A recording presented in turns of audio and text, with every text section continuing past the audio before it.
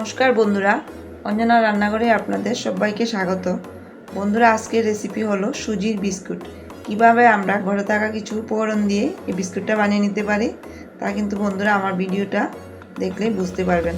তাহলে ভিডিওটা কিন্তু প্রথম থেকে শেষ পর্যন্ত দেখার অনুরোধ রইল। আশা করি আপনাদের ভালো লাগবে। তো বন্ধুরা, এই বিস্কুটটা কিন্তু উপর থেকে খুবই মুচমুচে খাস্তা হয়েছে, আর ভিতরটা কিন্তু একটু রসালো তৈরি হয়। খেতে কিন্তু অনেক বেশি সুস্বাদু।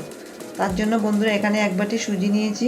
সুজিটাকে ভালো করে একটা মিক্সিং জারের মধ্যে দিয়ে একটু হালকা করে গুঁড়ো করে নেব। একদম মিহি পাউডার করব না।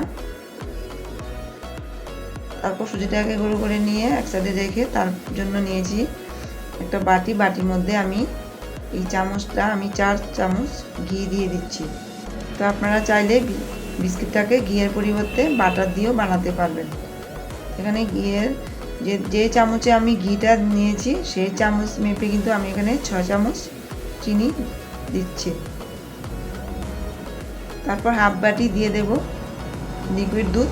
একটু গরম করে নিয়েছি। এখন ভালো করে চিনির সাথে মিশিয়ে নেব। যতক্ষণ না পর্যন্ত চিনি দুধের সাথে গলে যাচ্ছে ততক্ষণ পর্যন্ত কিন্তু মেশাতে হবে। তো ভালো করে মিশিয়ে নিয়েছি। এখন দিয়ে দেব সুজিটাকেও মিশিয়ে নেব। আর আমি একসাথে আমি সুজির সাথে আমি ময়দা আর আটা দিয়ে আমি বিস্কুটটা বানাবো। নিয়েছি ময়দা আটা একসাথে মিশিয়ে নিয়েছি। তা আপনারা চাইলে শুধু ময়দা দিয়ে করতে পারেন বা আটাও দিতে পারেন। তারপর 3-4 চামচ দিয়েছি গুঁড়ো দুধ, আর স্বাদ অনুযায়ী 1 চিমটি লবণ দিয়েছি। তাও টেস্টের ব্যালেন্সের জন্য কিন্তু মিষ্টির ব্যালেন্সের জন্য কিন্তু আমি মিষ্টির মধ্যে আমি একটু লবণ দিই। দিয়ে ভালো করে মিশিয়ে নিয়ে আমি ঢাকা দিয়ে কিন্তু 10 মিনিট রেস্টে রেখে দেবো। 10 মিনিট পর বন্ধুরা দেখুন অনেকটা কিন্তু টাইট হয়ে গিয়েছে। সুজিটা কিন্তু অনেকটা এই দুধটাকে টেনে কিন্তু অনেকটা শুকিয়ে গিয়েছে।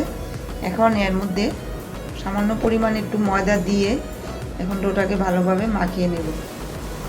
তো বন্ধুরা এইভাবে কিন্তু আপনারা বাড়িতে বানিয়ে দেখতে পারেন। আশা করি আপনাদেরও ভালো লাগবে। বিস্কুটটা সন্ধ্যাবেলা চা কফির সাথে কিন্তু আমরা এই বিস্কুটটা বানিয়ে অনেক দিন কিন্তু রেখে কিন্তু খাওয়া যাবে।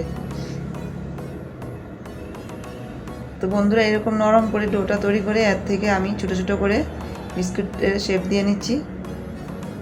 খুব সাধারণভাবে কিন্তু আমি বিস্কুটটা বানিয়ে নিচ্ছি। দেখুন বন্ধুরা এভাবে 2 হাতের তালুতে চেপে চেপে কিন্তু একটু চ্যাপটা করে বিস্কিটের শেপ দিয়ে নিচ্ছি। তো একই রকমভাবে আমি সবগুলি বিস্কিট বানিয়ে নেব।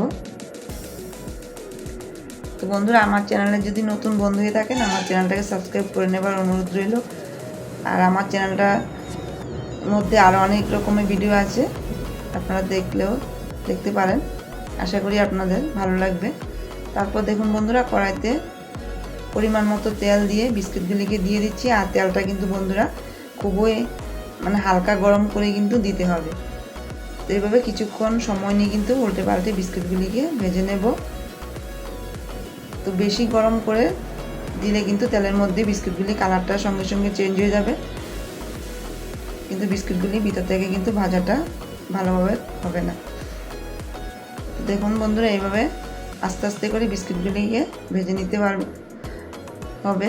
তো দেখুন বিস্কুটের গায়ে কিন্তু একটু ফাটল দেখা দিয়েছে, তার মানে বিস্কুটগুলি ঠিকঠাকভাবে ভাজা হয়ে গিয়েছে। এখন তেল থেকে উঠিয়ে নেব। তো একই রকমভাবে আমি সবগুলি বিস্কুটই বানিয়ে নেব। তো বন্ধুরা এইভাবে আপনারা অবশ্যই একবার বাড়িতে বানিয়ে খেতে পারেন। আপনাদের কাছে আশা করি অনেক ভালো লাগবে বিস্কুটটা বানিয়ে। তাহলে বন্ধুরা আজকের মতো এই পর্যন্তই। পরবর্তী ভিডিও নিয়ে আবার হাজির হব। আপনাদের সবাইকে অনেক অনেক ধন্যবাদ। আপনারা সবাই ভালো থাকবেন, সুস্থ থাকবেন।